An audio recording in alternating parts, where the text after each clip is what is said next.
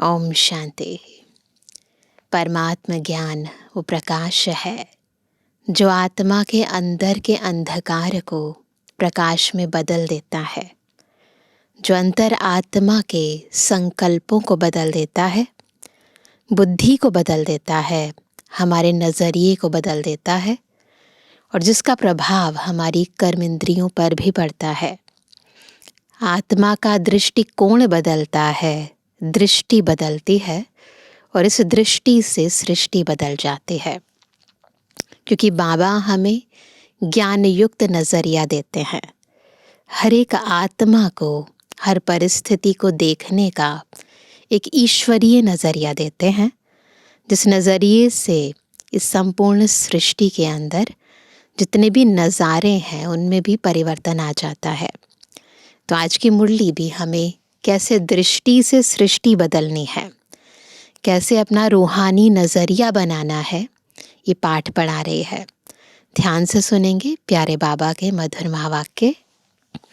आज है 12 अगस्त 2025। बाबा के महावाक्य हैं, मीठे बच्चे, तुम्हें सर्विस की बहुत उछल आनी चाहिए। ज्ञान और योग है तो दूसरों को भी सिखाओ, सर्विस की वृद्धि करो। प्रश्न है, सर्विस में उछल न आने का कारण क्या है? किस विघ्न के कारण उछल नहीं आती? उत्तर है, सबसे बड़ा विघ्न है क्रिमिनल आई। यह बीमारी सर्विस में उछलने नहीं देती। यह बहुत कड़ी बीमारी है।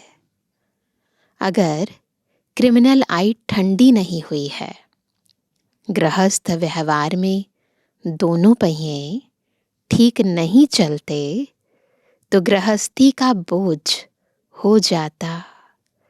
फिर हल्के हो, सर्विस में उछल नहीं सकते। क्योंकि सर्विस में अगर उछलना है तो आत्मा को अंदर से हल्का होना पड़ेगा, और जब तक आत्मा के अंदर व्यर्थ का बोझ है, नकारात्मक वृत्तियों का बोझ है, तो आत्मा उछल नहीं सकती। इसलिए बाबा चाहते हैं कि हम अपने नज़ारों को बदलने के लिए नज़रिए को बदलें, अपनी आँखों को क्रिमिनल से सिविल बनाएं, ईश्वरीय दृष्टिकोण से प्रत्येक आत्मा को देखें। आज का गीत है, जाग सजनिया जाग, नवयुग आया।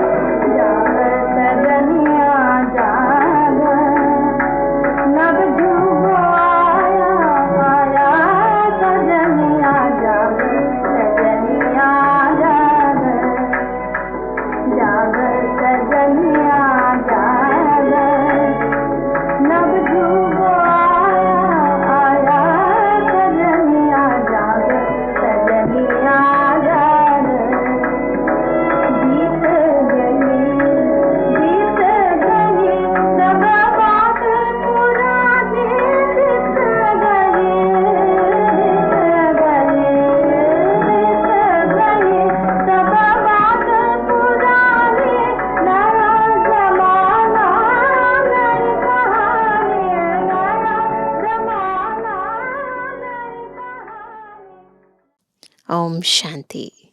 मीठे मीठे बच्चों ने यह गीत सुना। ऐसे ऐसे 2-4 अच्छे गीत हैं, वह सभी के पास होने चाहिए या टेप में भरने चाहिए? पहले तो फिल्मी गीतों में ही बाबा कैसे हमें उसे ज्ञान युक्त नज़रिया देकर समझना है वो सिखाते थे, परंतु अभी तो इतने सारे बाबा के गीत हैं और सबके पास हैं। अब यह तो गीत मनुष्यों का बनाया हुआ कहेंगे, ड्रामानुसार टच किया हुआ है, जो फिर बच्चों को काम में आ जाता है। ऐसे ऐसे गीत बच्चों को सुनने से नशा चढ़ता है। बच्चों को तो नशा चढ़ा रहना चाहिए कि अभी हम नई राजाई स्थापन कर रहे हैं, रावण से ले रहे हैं, है ना? ऐसा नहीं है कोई नए सिर आत्माएं आ रही हैं, परंतु वो आत्माएं जो विकारों के वशीभूत हो गई हैं, बाबा उन्हें निर्विकारी बना रहे हैं। जैसे कोई लड़ते हैं तो ख्याल रहता है ना, इनकी राजाई हप कर ले में, इनका गांव हम अपने हाथ करें। अब वह सब हद के लिए लड़ते हैं। पुराने ज़माने में एक राजा दूसरे राजा पर अटैक करता था और उसके फिर सारे के सारे गांवों को या शहरों को हड़प लेता था। तो पहले तो ऐसे युद्ध होता था, तब जाकर वो राजाई विस्तार को प्राप्त होती थी। बाबा कहते हैं तुम बच्चों की लड़ाई है माया से, जिसका सिवाय तुम ब्राह्मणों के और कोई को पता नहीं। तुम जानते हो हमको इस विश्व पर गुप्त रीति राज्य स्थापन करना है अथवा बाप से वर्षा लेना है। इसको वास्तव में लड़ाई भी नहीं कहेंगे। ड्रामानुसार तुम जो सतोप्रधान से तमोप्रधान बने हो, सो फिर सतोप्रधान बनना है। तुम अपने जन्मों को नहीं जानते हो। अभी बाप ने समझाया है और जो भी धर्म है उनको यह नॉलेज मिलने की है नहीं। बाप तुम बच्चों को ही बैठ समझाते हैं। गाया भी जाता है, धर्म में ही ताकत है। बाबा कहते हैं भारतवासियों को यह पता नहीं है कि हमारा धर्म क्या है। क्योंकि कौन से धर्म में ताकत है, कहते हैं ना रिलीजन इज माइट, परंतु कौन सा वो धर्म है जो इतना ताकतवर है? वो है आदि सनातन देवी देवता धर्म। तो बाबा कहते हैं भारतवासियों को यह पता नहीं है कि हमारा धर्म क्या है। तुमको बाप द्वारा पता पड़ा है कि हमारा आदि सनातन देवी देवता धर्म है। बाप आकर फिर तुमको उस धर्म में ट्रांसफर करते हैं। तुम जानते हो हमारा धर्म कितना सुख देने वाला है। तुमको कोई से लड़ाई आदि नहीं करनी है। तुमको तो अपने स्वधर्म में टिकना है और बाप को याद करना है। क्या करना है? स्वधर्म में टिकना है, बाबा को याद करना है ना। कोई लड़ाई नहीं करनी है, किसी पर चढ़ाई नहीं करनी है ना। इसमें भी टाइम लगता है, ऐसे नहीं कि सिर्फ कहने से टिक जाते हैं। अंदर में यह स्मृति रहनी चाहिए, मैं आत्मा शांत स्वरूप हूँ। सभी टिक जाएंगे अपनी स्थिति में, मैं आत्मा शांत स्वरूप हूँ। हम आत्मा अभी तमो प्रधान पतित बनी है। हम आत्मा जब शांति धाम में थी तो पवित्र थी, याद करो। फिर पाठ बजाते बजाते तमो प्रधान बनी है। अभी फिर पवित्र बन हमको वापस घर जाना है। बाप से वर्षा लेने लिए अपने को आत्मा निश्चय कर बाप को याद करना है। तुमको नशा चढ़ेगा, हम ईश्वर की संतान हैं। बाप को याद करने से ही विकर्म विनाश होते हैं। कितना सहज है, याद से हम पवित्र बन फिर शांति धाम में चले जाएंगे। दुनिया इस शांति धाम सुख धाम को भी नहीं जानती। यह बातें कोई शास्त्रों में नहीं है, ज्ञान सागर की है ही एक गीता, जिसमें सिर्फ नाम बदल दिया है। बाबा की केवल गीता है जो हम सुन रहे हैं। फिर वहाँ पर क्या है जिसमें सिर्फ नाम बदल लिया है ना, बाबा के बदले श्री कृष्ण जी का नाम डाल दिया है। सर्व का सदगति दाता ज्ञान का सागर उस परम पिता परमात्मा को कहा जाता है और कोई को ज्ञानवान कह नहीं सकते। जब वह ज्ञान दे तब तुम ज्ञानवान बनो। जब तक बाबा ने ज्ञान नहीं दिया तब तक कोई ज्ञानवान नहीं बन सकता। अभी सब है भक्तिवान। तुम भी थे। सभी को भक्ति का तो बहुत सारा ज्ञान है, लेकिन ज्ञान का ज्ञान नहीं है। तुम भी थे, अभी फिर ज्ञानवान बनते जा रहे हो। नंबरवार पुरुषार्थ अनुसार ज्ञान कोई में है, कोई में नहीं है, तो क्या कहेंगे? उस हिसाब से ऊंच पद पा ना सके।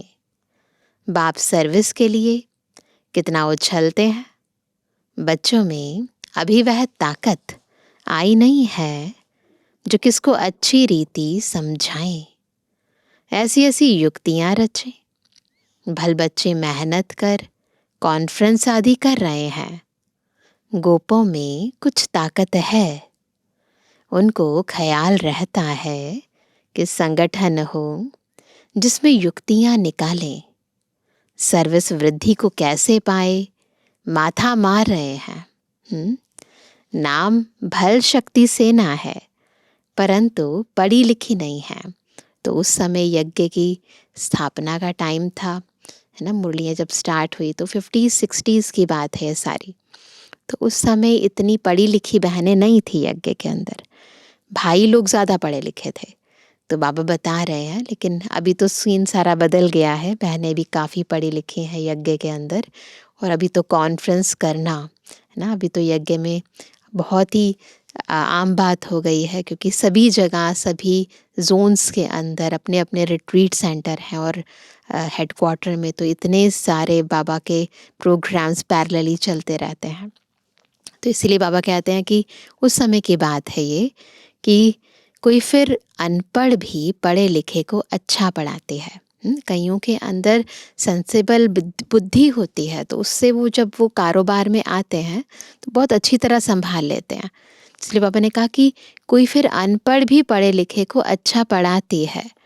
बाबा ने समझाया है, क्रिमिनल आई बड़ा नुकसान करती है।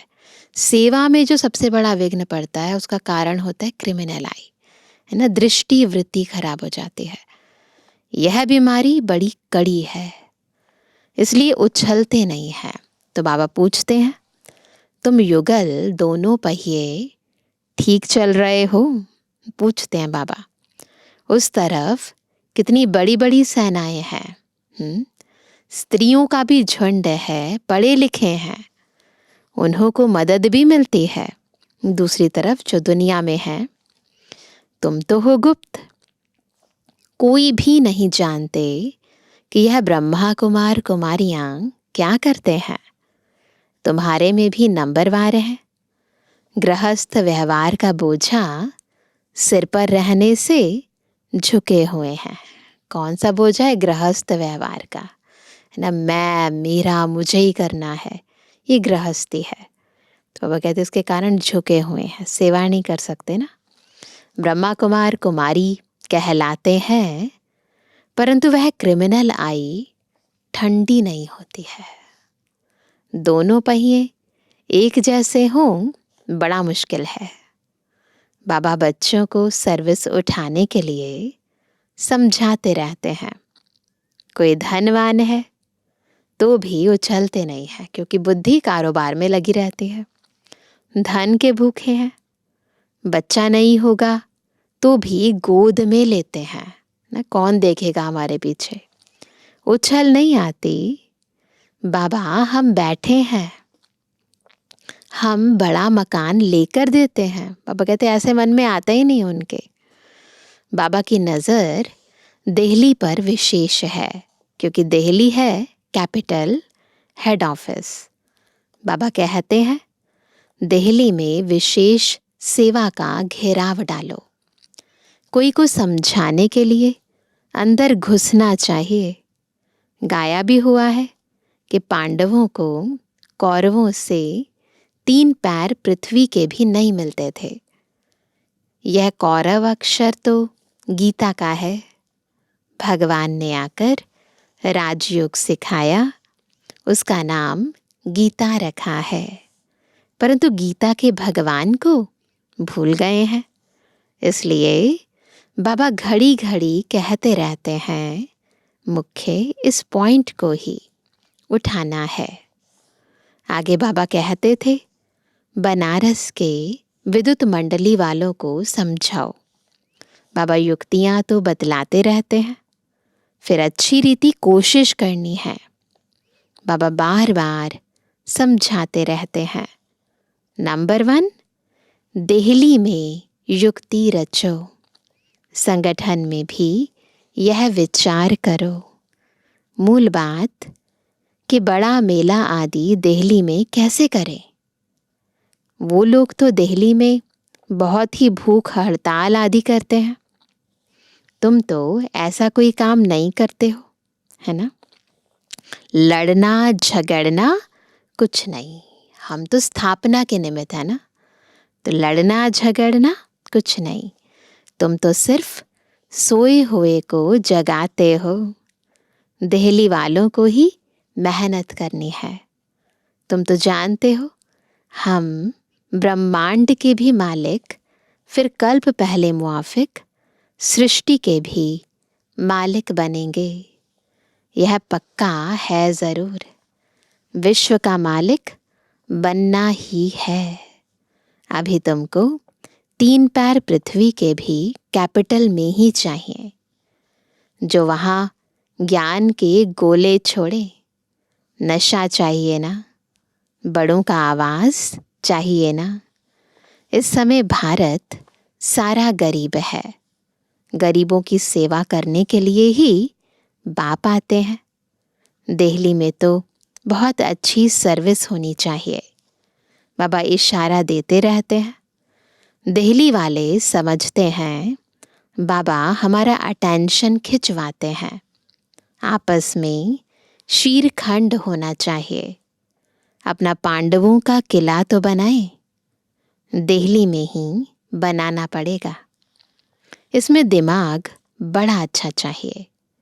बहुत कुछ कर सकते हैं ना, स्कोप बहुत है ना। देश विदेश में सेवा के स्कोप्स बहुत ज़्यादा हैं। सेवा करने के लिए बुद्धि चाहिए, प्लेन चाहिए, दृष्टिकोण चाहिए और अंदर आत्मिक दृष्टि चाहिए। बाबा कहते बहुत कुछ कर सकते हैं। वो लोग गाते तो बहुत हैं, भारत हमारा देश है, हम ऐसे करेंगे दुनिया में, परंतु खुद में कुछ भी दम नहीं, क्योंकि इसके लिए प्योरिटी की पावर चाहिए ना। कुछ भी बड़ा परिवर्तन करने के लिए पवित्रता चाहिए। सिवाय फॉरेन की मदद से उठ नहीं सकते। तुमको तो बहुत मदद मिल रही है। कहाँ से? बेहद के बाप से। इतनी मदद कोई दे ना सके, खुद भगवान हमारी मदद कर रहे हैं। अब जल्दी किला बनाना है। तुम बच्चों को बाप विश्व की बादशाही देते हैं, तो हौसला बहुत चाहिए, है ना। बाबा विश्व की बादशाही दे रहे हैं तो हौसला चाहिए ना। झरमुई झगमुई में बहुतों की बुद्धि अटकी रहती है। बाबा बता रहे हैं क्या कमियां हैं जिसके कारण सेवा नहीं कर पाते हैं। बंधनों की ताकत है माताओं पर, मेल्स पर कोई बंधन नहीं। माताओं को अबला कहा जाता है। पुरुष बलवान होते हैं। पुरुष शादी करते हैं तो उनको बल दिया जाता है। क्या कहते हैं? तुम ही गुरु ईश्वर सब कुछ हो, ऐसे कहते हैं। स्त्री तो जैसे पूंछ है पिछाड़ी में लटकने वाली, तो सचमुच पूंछ होकर ही लटक पड़ती है। उन दिनों की बात है जब मेल डोमिनेटिंग सोसाइटी होती थी, तो पुरुषों प्रधान समाज होता था, तो इस कारण बहनों को, माताओं को थोड़ा दबा कर रखते थे, घूंघट करती थी। अभी तो समय बदल गया है। अभी तो हमारी माताएं बहनें बहुत ज़्यादा सेवाओं में लगी रहती हैं, है ना। तो बाबा कहते हैं पति में मोह, बच्चों में मोह। पुरुषों को इतना मोह नहीं रहता है। उनकी तो एक जुत्ती गई और दूसरी तीसरी ले लेते। आदत पड़ गई है। स्त्री को कहते थे जुत्ती के समान। तो अभी बदल गया है सीन। बाबा तो समझाते रहते हैं, यह अखबार में डालो। बच्चों को बाप का शो करना है, यह समझाना तुम्हारा काम है। उस समय अखबारें ज़्यादा थी, अभी तो देखो कितने टीवी चैनल्स हैं, रेडियो है ना, बहुत स्कोप है मीडिया के अंदर, सोशल मीडिया है, तो बहुत सेवा के स्कोप बढ़ गए हैं। तो बाबा कहते हैं ये समझाना तुम्हारा काम है। बाबा के साथ तो दादा भी है, तो यह जा नहीं सकते, है ना, क्योंकि दोनों आत्माएं एक शरीर में है। तो इसीलिए बाबा कहते कि बाबा और दादा हैं साथ में, तो मधुबन से जाना इतना संभव नहीं होता है। तो ये सेवा बच्चों को करनी है, बच्चों को बाबा का शो करना है। यह तो जा नहीं सकते। कहेंगे शिव बाबा यह बताओ, यह हमारे ऊपर आफतें आई हैं, इसमें आप राय दो। ऐसी ऐसी बातें पूछते हैं। बाप तो आए हैं पतितों को पावन बनाने। बाप कहते हैं तुम बच्चों को सब नॉलेज मिलती है, कोशिश कर आपस में मिलकर राय करो। तुम बच्चों को अभी विहंग मार्ग की सेवा का तमाशा दिखाना चाहिए। चीटी मार्ग की सर्विस तो चलती आ रही है ना, अभी बड़े स्तर पर सेवा करनी है ना, एक साथ अनेक आत्माओं को संदेश मिल जाए। लेकिन ऐसा तमाशा दिखाओ जो बहुतों का कल्याण हो जाए। बाबा ने यह कल्प पहले भी समझाया था, अब भी समझाते हैं। बहुतों की बुद्धि कहाँ न कहाँ फंसी हुई है। उमंग नहीं, झट देह अभिमान आ जाता है। देह अभिमान ने ही सत्यानाश की है। अब बाप सत्या ऊंच करने की कितनी सहज बात बताते हैं। देह अभिमान ने सत्यानाश की और बाबा हमें देही अभिमानी बनाते हैं और हम सत्या ऊंच हो जाते हैं। बाप को याद करो तो शक्ति आए, नहीं तो शक्ति आती नहीं।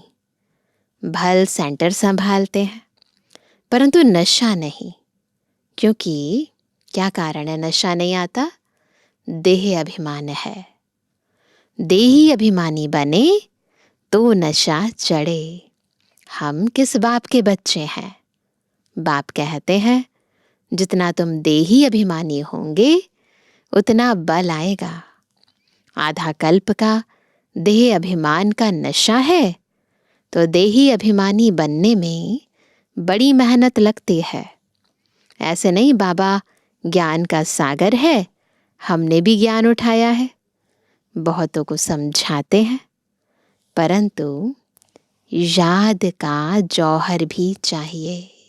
ठीक है ना, ज्ञान तो समझ में आ गया परंतु याद का भी जौहर चाहिए ना। ज्ञान की तलवार है, याद की फिर यात्रा है ना। याद की धार भी है, याद की यात्रा भी है, दोनों अलग चीज हैं। ज्ञान में याद की यात्रा का जौहर चाहिए, वह नहीं है तो काठ की तलवार हो जाती है।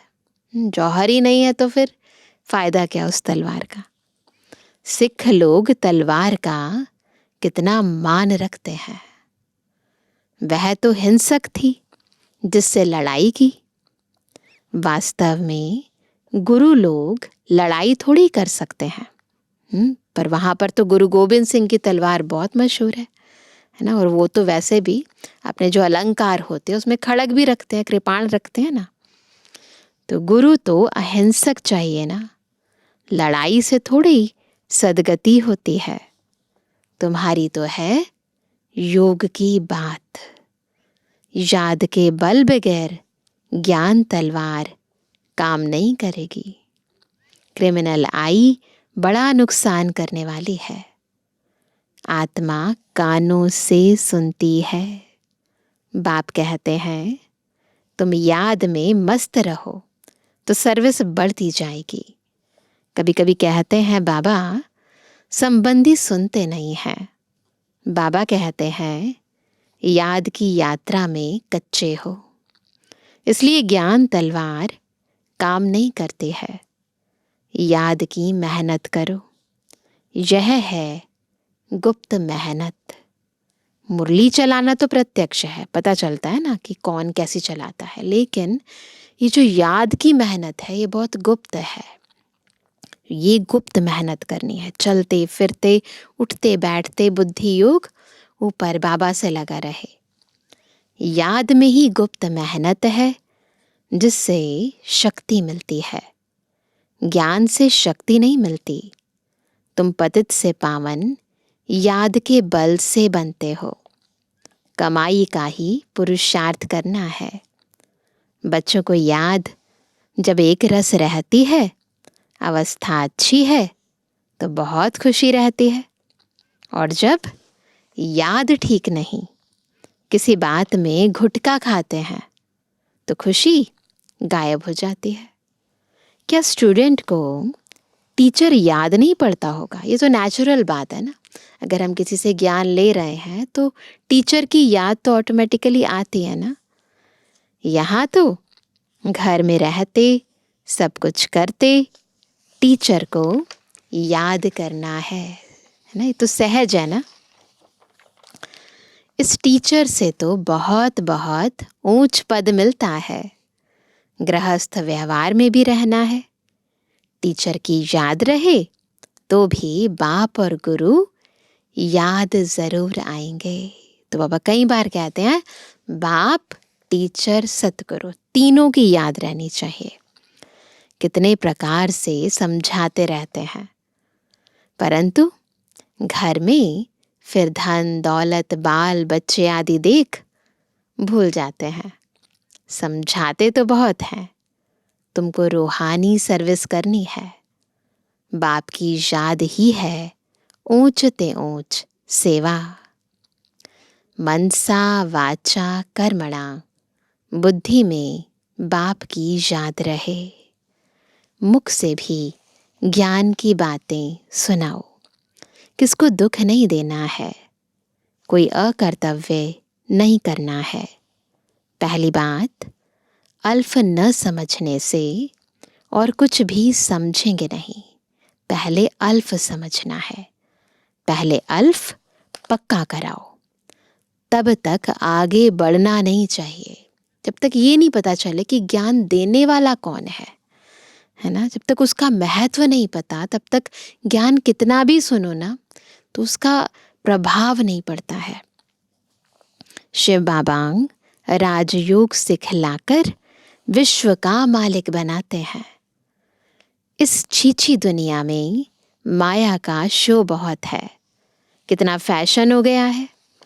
छीछी दुनिया से नफरत आनी चाहिए। एक बाप को याद करने से तुम्हारे विकर्म विनाश होंगे, पवित्र बन जाएंगे।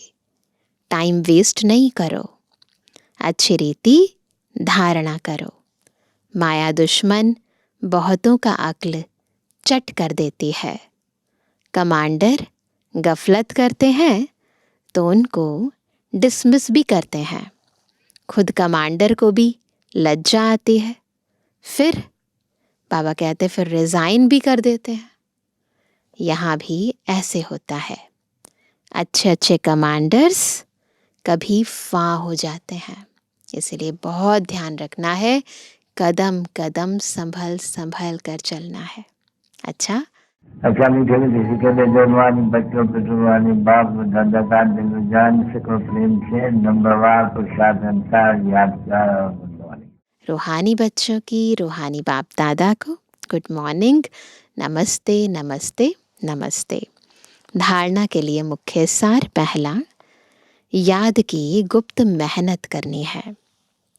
याद की मस्ती में रहने से सर्विस स्वतः ही बढ़ती रहेगी। मनसा वाचा कर्मणा, याद में रहने का पुरुषार्थ करना है। दूसरा, मुख से ज्ञान की ही बातें सुनानी है। किसको दुख नहीं देना है, कोई भी अकर्तव्य नहीं करना है। देही अभिमानी बनने की मेहनत करनी है। वरदान है, लोहे समान आत्मा को पारस बनाने वाले मास्टर पारसनाथ भव। आप सब पारसनाथ बाप के बच्चे मास्टर पारसनाथ हो। तो कैसी भी लोहे समान आत्मा हो, लेकिन आपके संग से लोहा भी पारस बन जाए। यह लोहा है, ऐसा कभी नहीं सोचना। किसी की भी कमी कमजोरियों को देखकर, है ना, उनको ये सोचना कि ये तो नहीं चल सकता, ऐसे नहीं करना। पारस का काम ही है लोहे को पारस बनाना। यही लक्ष्य और लक्षण सदा स्मृति में रख हर संकल्प, हर कर्म करना। तब अनुभव होगा कि मुझ आत्मा के लाइट की किरणें अनेक आत्माओं को गोल्डन बनाने की शक्ति दे रही है। अपने आप अनुभव होगा, है ना। जो आत्माएं कमी है, उनमें कमजोरी है ना, जो कमजोर आत्माएं हैं उनको भी अपनी शक्ति से शक्तिवान बनाओ। बाबा कहते हैं ना, बस जैसे भगवान की महिमा है कि वो निर्बल को बलवान बनाता है, निर्धन को धनवान बनाता है, ऐसे बच्चों को भी अपनी आंतरिक शक्ति से आत्माओं को शक्तिशाली बनाना है। अपने अंतर की शांति से आत्माओं को भी शांत करना है। स्लोगन है, हर कार्य साहस से करो तो सर्व का सम्मान प्राप्त होगा।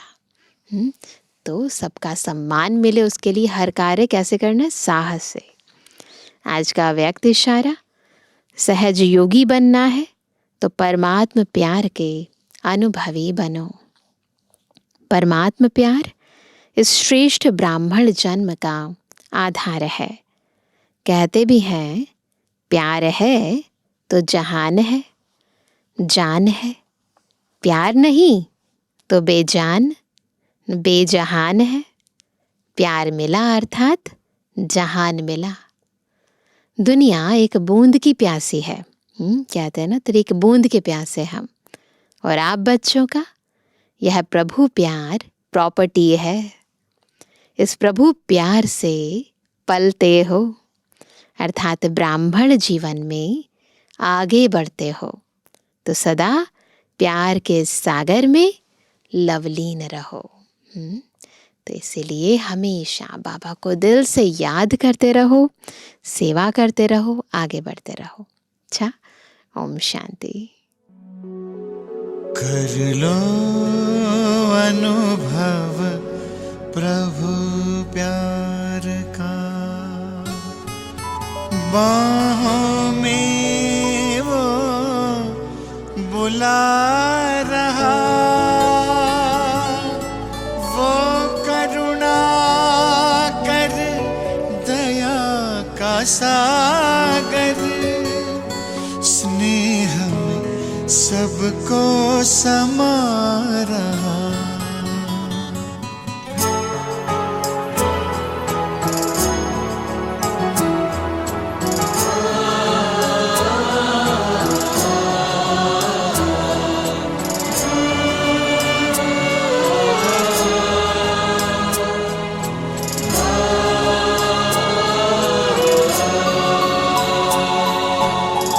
कर लो अनुभव प्रभु प्यार का, कर लो अनुभव प्रभु प्यार का,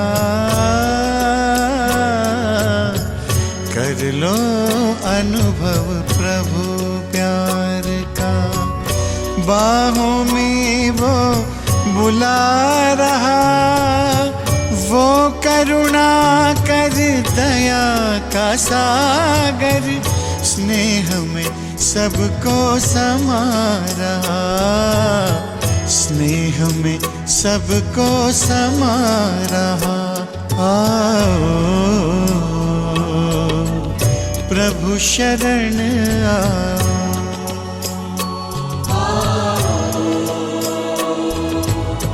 प्रभु शरण कर लो अनुभव प्रभु प्यार का।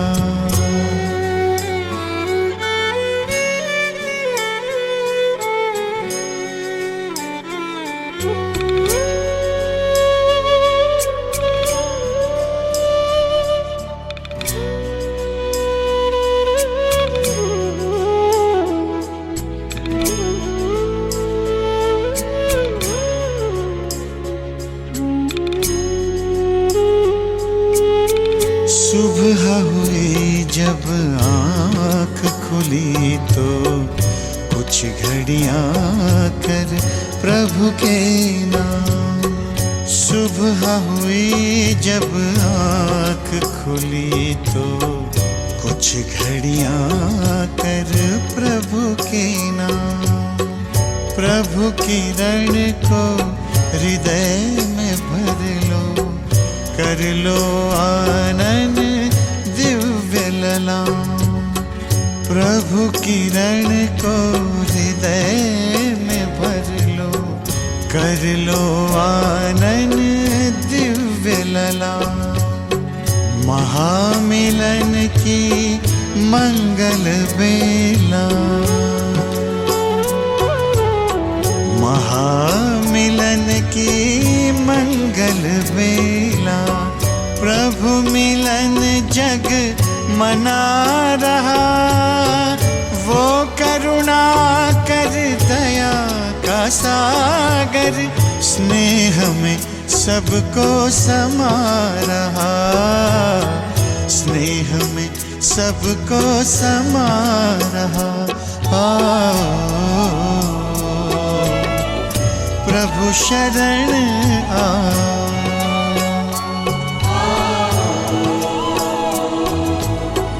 प्रभु शरण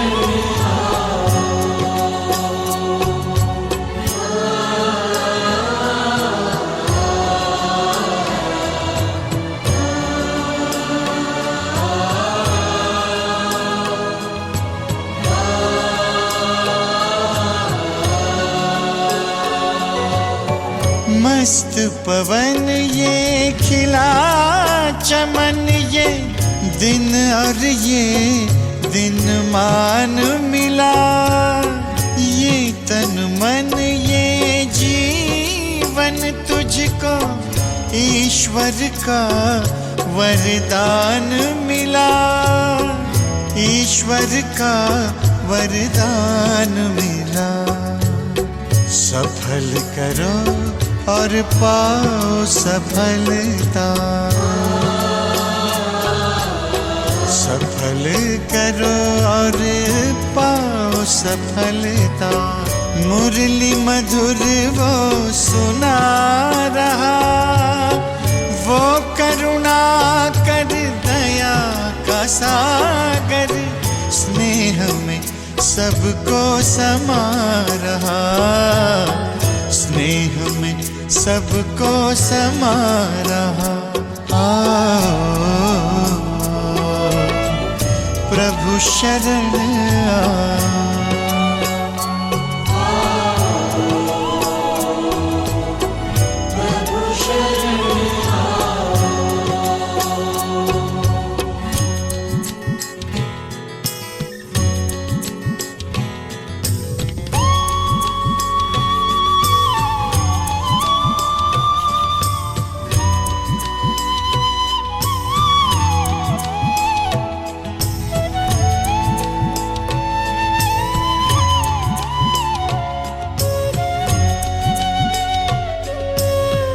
अहो भाव के भरे भाव से पल पल प्रभु गुणगान करो।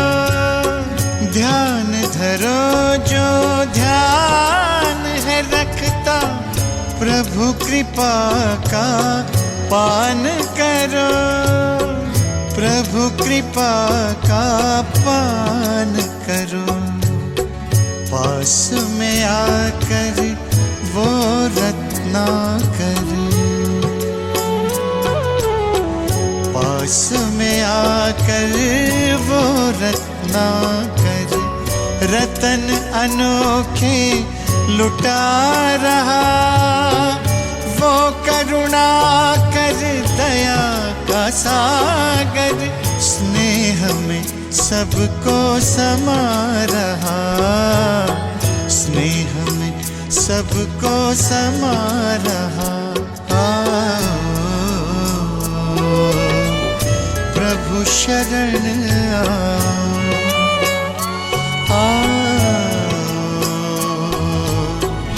प्रभु शरण आ।